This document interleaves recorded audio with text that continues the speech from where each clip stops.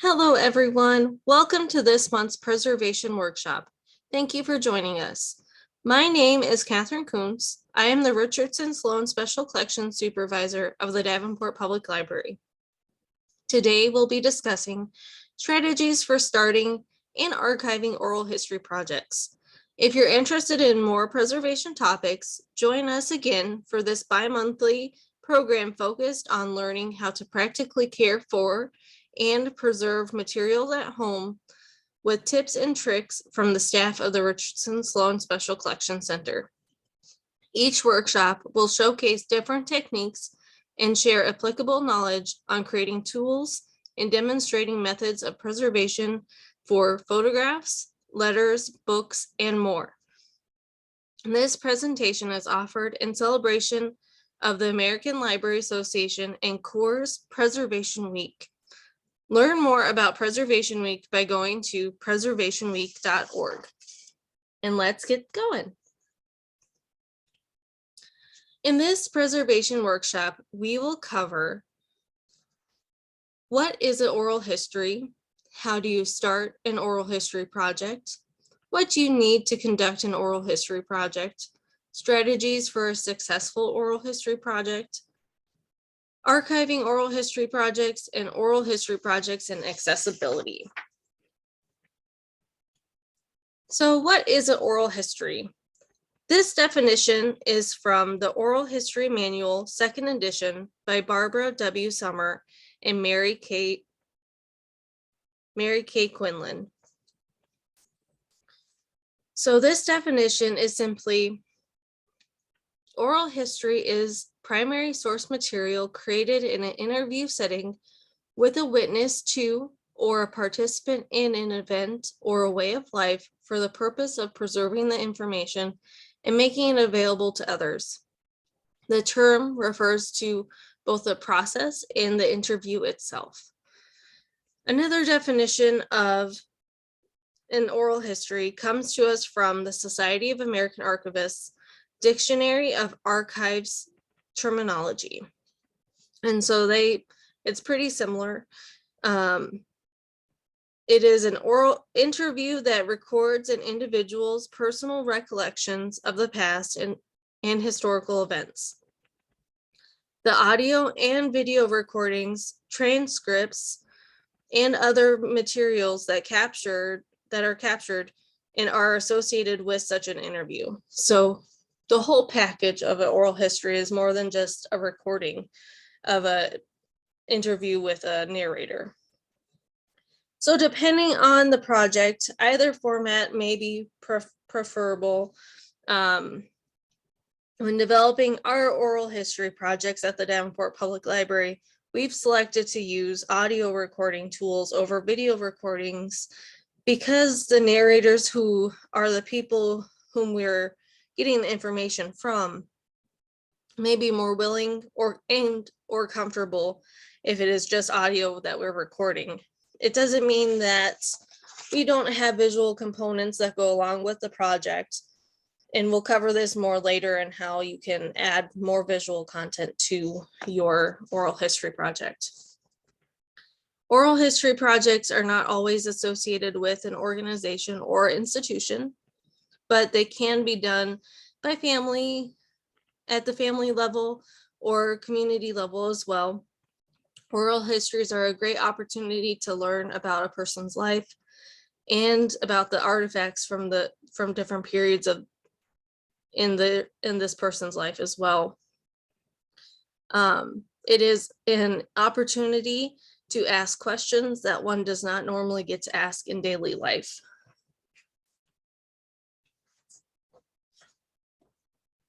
So, how do you start an oral history project? Begin by defining your purpose or topic. So the subject of your oral history project. Try to be fairly specific. Examples from our collection are the World War II and veteran oral history projects, local author oral history projects, Annie Wittenmeyer home oral histories, and then also Trailblazers of Scott County. So this might not tell you too much, but it's a really interesting oral history project that we've done by talking with leaders, women in leadership positions in business, and who have blazed trails for successive women to follow them. So people who are kind of the movers and shakers in the community. And then our most recent oral history project at the library is called In Your Own Words, which we've meant to be a little bit more vague in the title because we wanted to kind of plan for the future and allow this oral history project to encompass all future ones. So we can be specific in choosing topics that we can change based on need or importance or relevance. And so at the time when we started this oral history project, we chose 3 topics. One, the Mississippi Valley Fair, which at that time was celebrating its 100th anniversary. Iowa caucuses, because it was 2020. And so an election year was happening. And then we wanted to capture some recollections from the most recent flood in 2019 of the Mississippi River.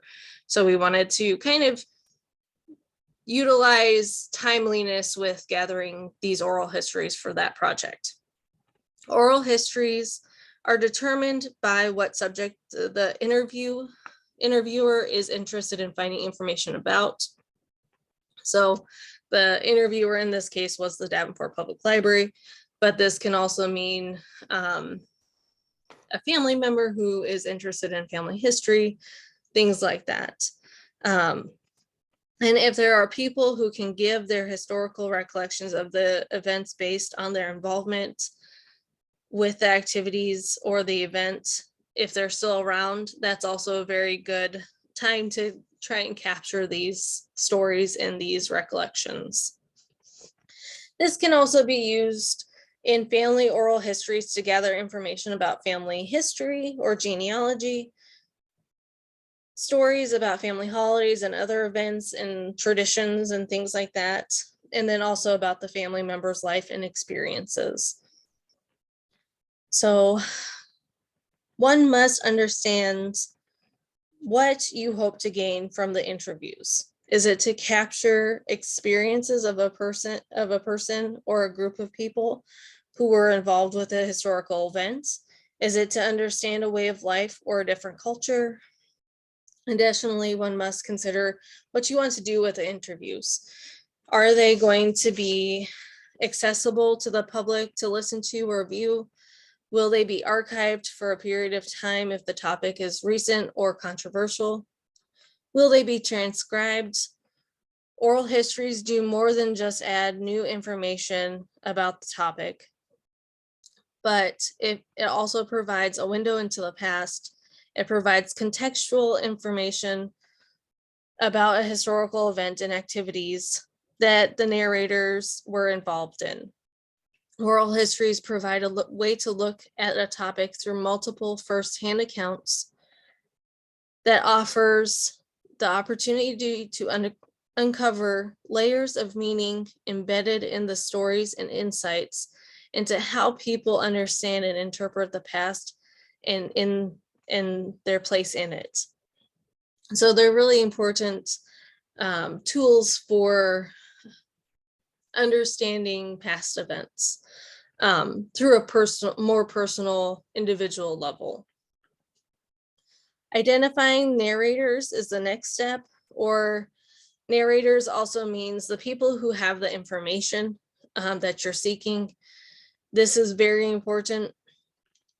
In many cases, it is good to know people who are associated with a group so that you can build relationships and rapport with the narrators in order to have more successful interviews. Depending on your topic and your association with the people who have the information, the interviewers may need to start this part early to demonstrate the importance of gathering the oral histories from these individuals and at the time of the project to gain their trust. So it depends on if you're a member of this group and you're wanting to document its history, you might have a better time connecting with others who have the information. For us, most of the time we're coming at it through the lens of wanting to preserve local history. And so all of the stuff that we've gathered so far in our oral histories are a part of the growth and development of Scott County and Davenport.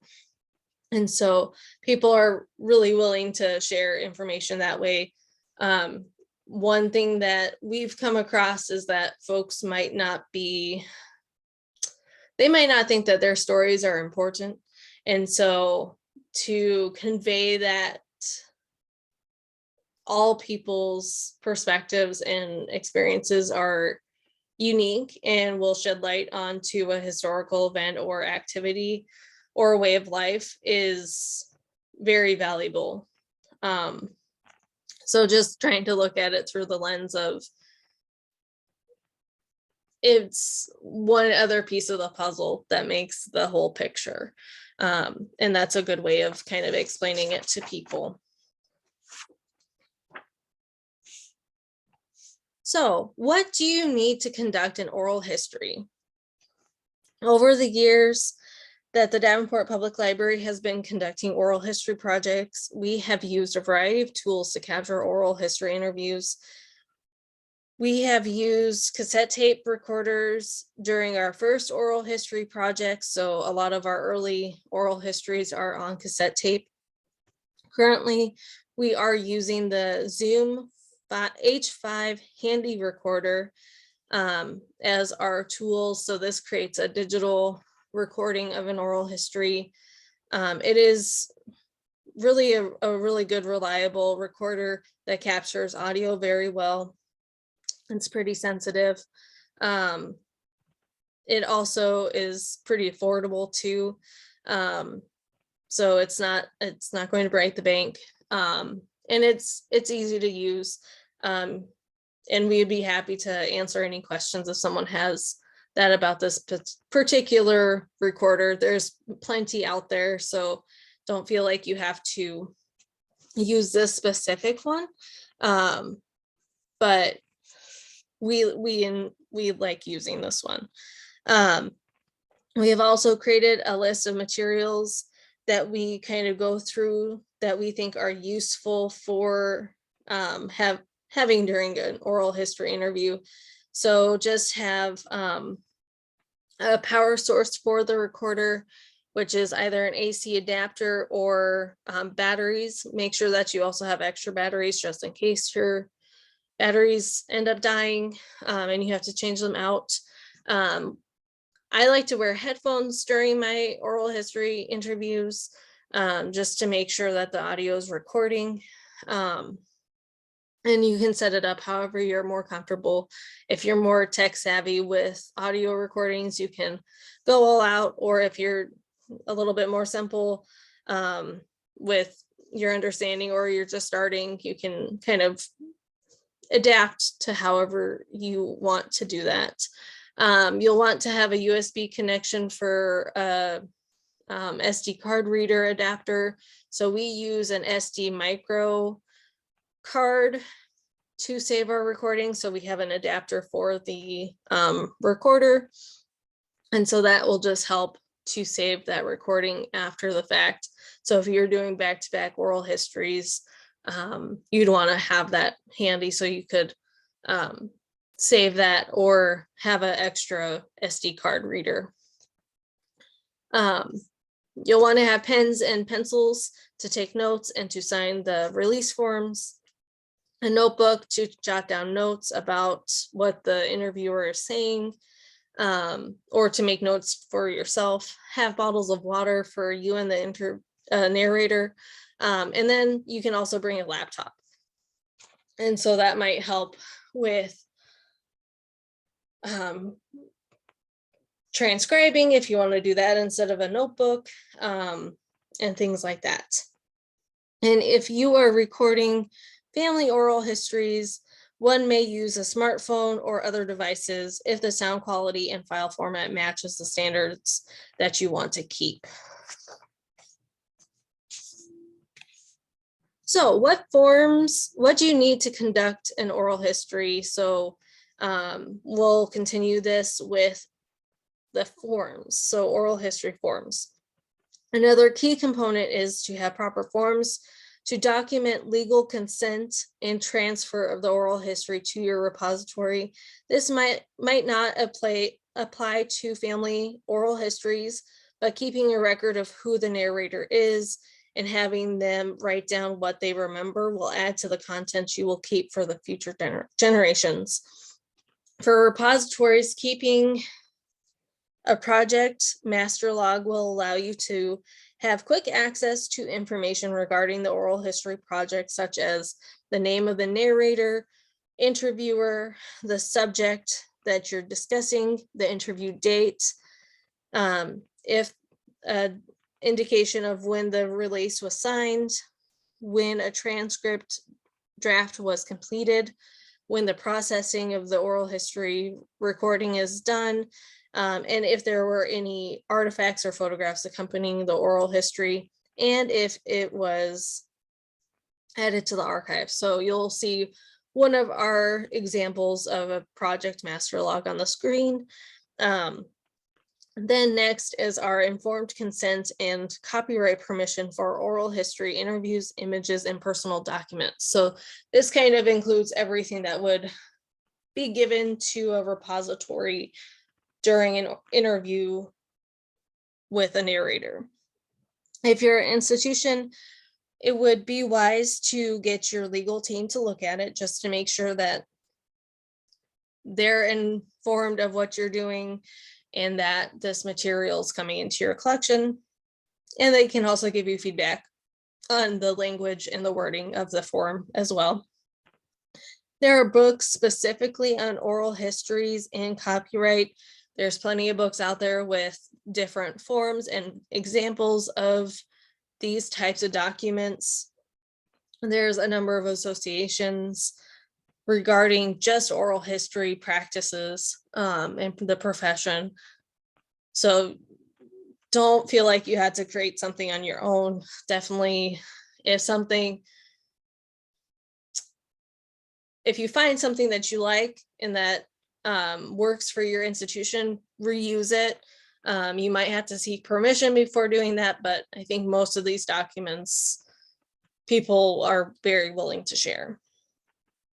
And so oral histories are an interesting piece of primary source material that, because they are owned technically by the narrator when they're created, and then the narrator, they sign over the permission to give the interviewer or their parent institution the rights to it. So essentially, after you do the oral history interview, or before or after, you're signing that consent form, and then it's legally transferred over to the repository that's going to be holding it. It is important to prepare release forms because of legal and ethical issues for both the narrator and the interviewer, and it is vital if sharing with an institution.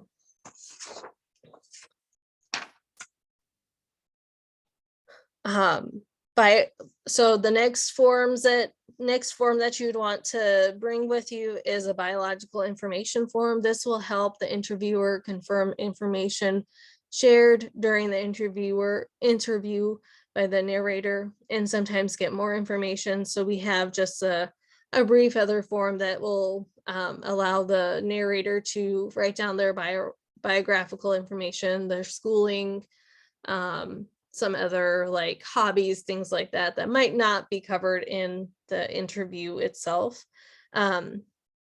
Interview information forms and biographical information forms are important because they will help you gather all the information about a narrator in one spot. This information is either compiled through research or self-reporting by the narrator. So these are other forms that you can use in preparation of conducting an oral history interview, or to give to the interviewer or the narrator to fill out before or after the interview. Then we also like to create an oral history introduction. So we typically prepare an introductory statement of what we want to say at the beginning of every interview. It can be altered for each new narrator and project. Another option, if you don't want to say this section during the actual interview in front of the person, you can also record it prior to the interview and then just jump in with the questions, because sometimes people want to just get started. So it might be wise to do that. Or if you have multiple interviews happening, then you can maybe prepare a little bit to, or if you're on a time crunch, things like that. People interested in conducting family oral histories can alter these forms to suit their needs. In most cases, a family simply wants to gather stories before they're lost. They might not be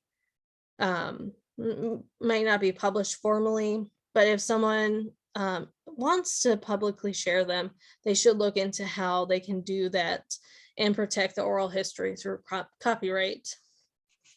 And so really, if you're just interviewing your parents, grandparents, aunts and uncles, things like that, it might be nice to keep a project log just so you have that information of kind of when it was happening, and then some biographical information forms. And creating that oral history introduction is also a good thing, because each interview would have that then.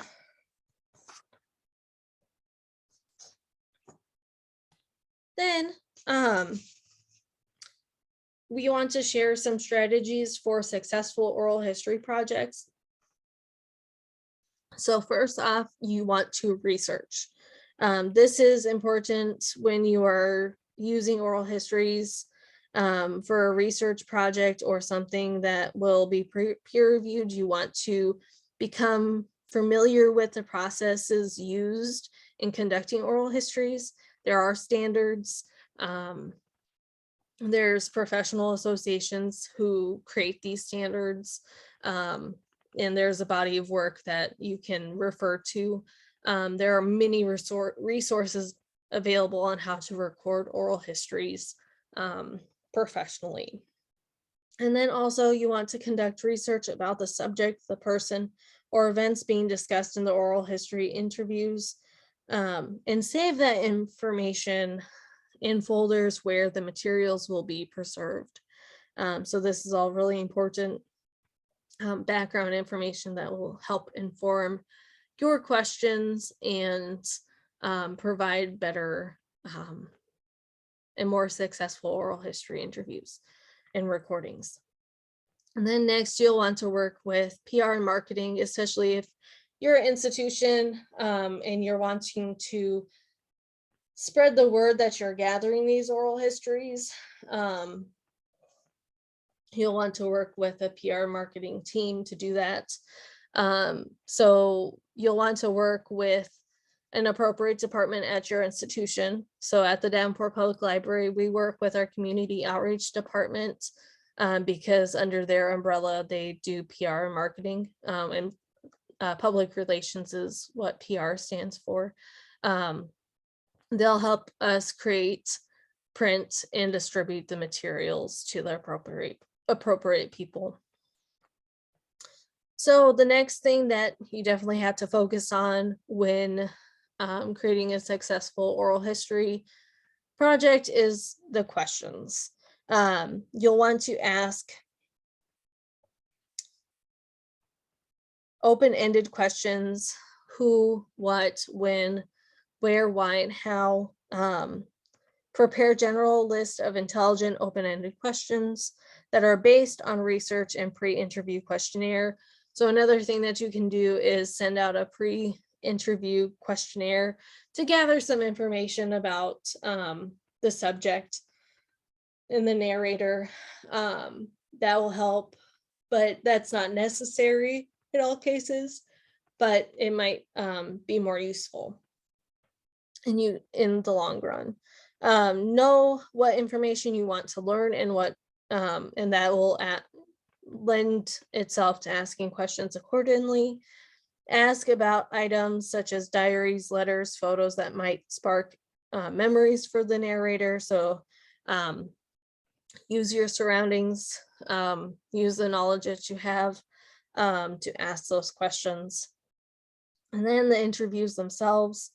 You'll want to select a controlled interview setting.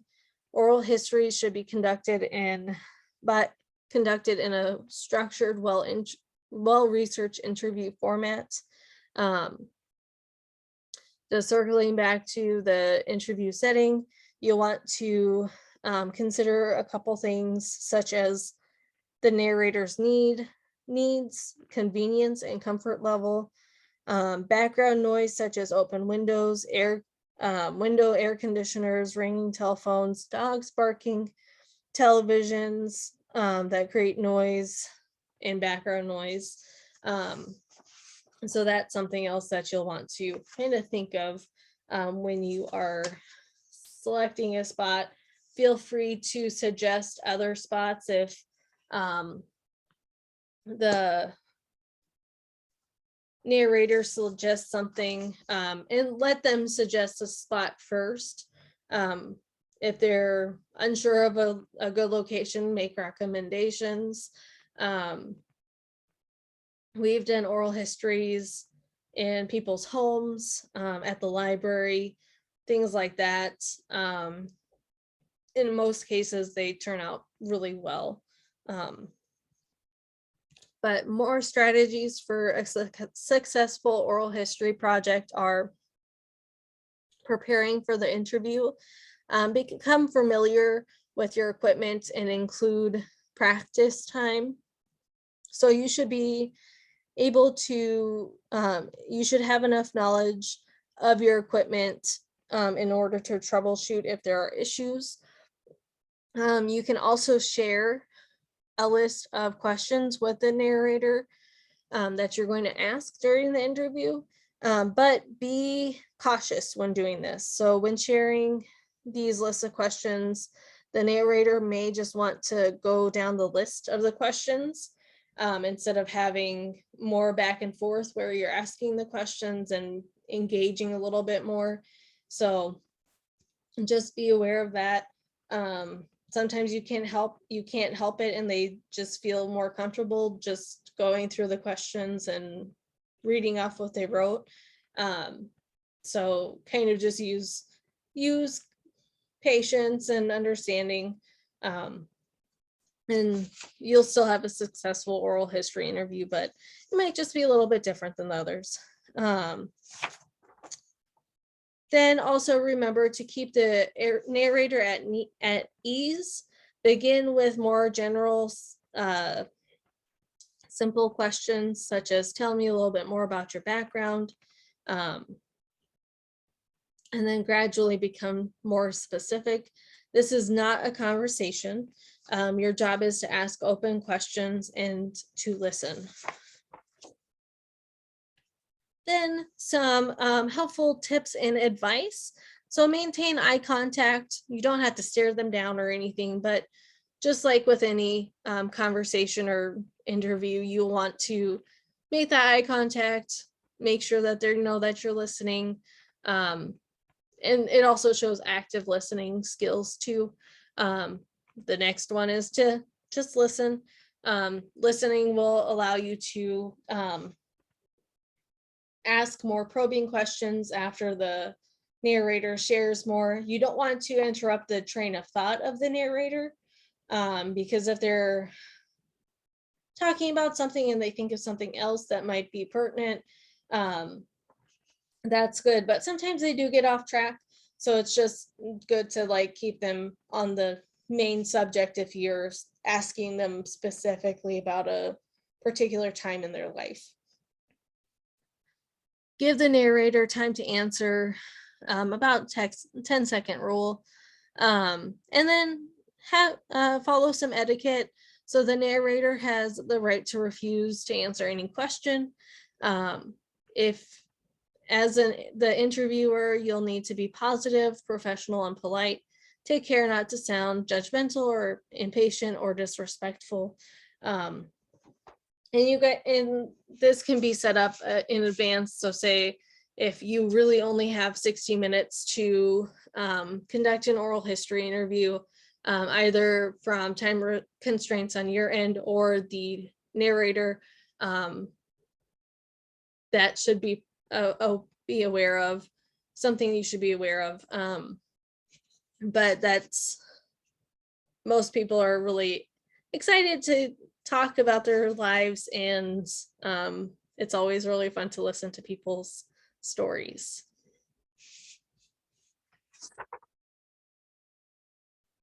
Then, skipped a slide. Then some strategies for post-interview successful oral history projects. So you'll want to ask for clarification if they're on any proper names, dates, etc. that come up during the interview. If you need to, make sure that the release forms have been signed.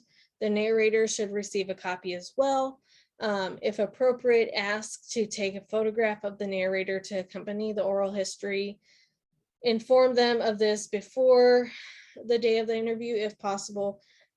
People might want to dress up or do something different with how they look, if they know that they're going to have a picture taken of them. Review with the narrator what you plan to do with the tape. Will it be transcribed? Will the narrator receive a copy of the tape, of the transcription? When will the tapes and transcriptions be kept, or where will they be kept? When they'll be accessible? Who can listen and view them? What are you going to do with this information in general? So going over that and having answers to those that will be a really good thing to have. And then also send a thank you note, make it personal after the interview. Copy and label the tapes to make sure that you have backups. File biographies and release forms with wherever you're keeping the tapes or the digital recordings. Be complete. Consider whether the interview should be transcribed. Who will do that? Will the narrator have a chance to edit it? Experiences with editing.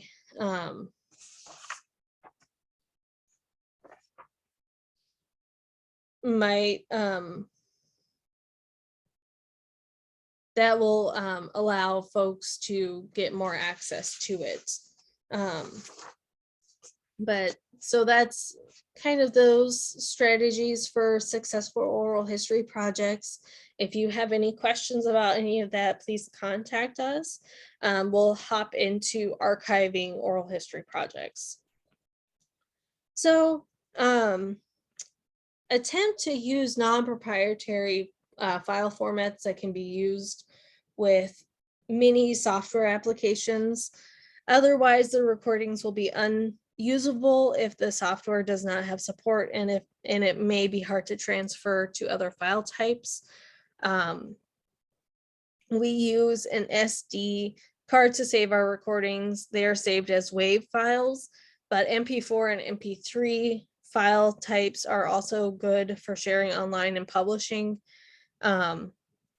We use an adapter, the USB adapter, to move the files from the SD card to the specific file folder of the project.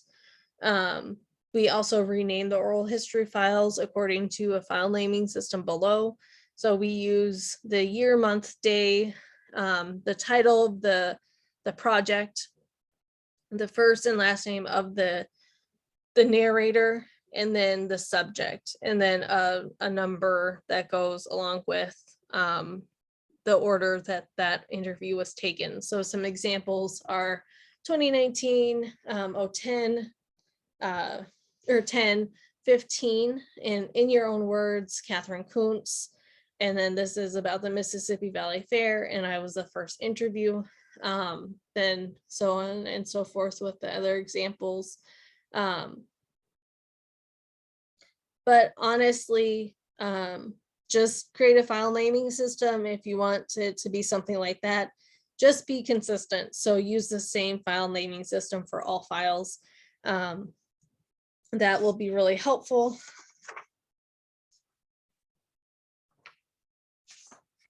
And then our next slide is just going to be on accessibility. So how do people access the oral histories after you've completed them and done the interview? They can do this through transcripts. If you are transcribing an oral history, it's really important to remember that the transcript is a record of the conversation and is not meant to be a polished literary document. The transcript is considered a primary source document for scholarly research as part of it being a part of the oral history. Access to the public, so create a plan of how you will provide access to the oral histories after they're processed. This can be uploading to a digital content platform or other website. And then also it can be available to listen to at a computer station. So it could just be saved on a local computer and it can just be viewed on that station. For those who are doing family oral histories, these questions and topics can be applied or viewed in the same way. One may be able to use different products to share and save oral histories. Cloud storage, YouTube, and other platforms for storing and sharing files may assist in preserving these born digital objects. So you can kind of use tools and resources that are available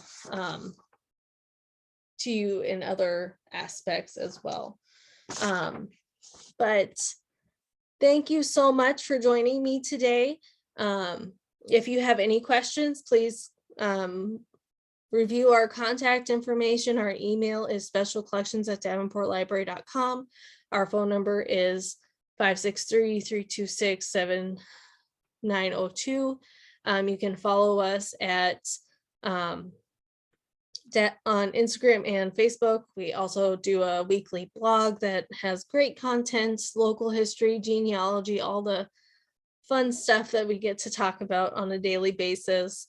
If you're interested in our collections and seeing what oral histories we have in our collection, you can go to our archive and manuscript catalog at archives.davenportlibrary.com. If you want to see images from our collection, you can go to Upper Mississippi Valley Digital Image Archive. Thank you so much for joining us today for our preservation workshop on oral history projects, strategies for starting and archiving them. Thank you so much. Have a great day.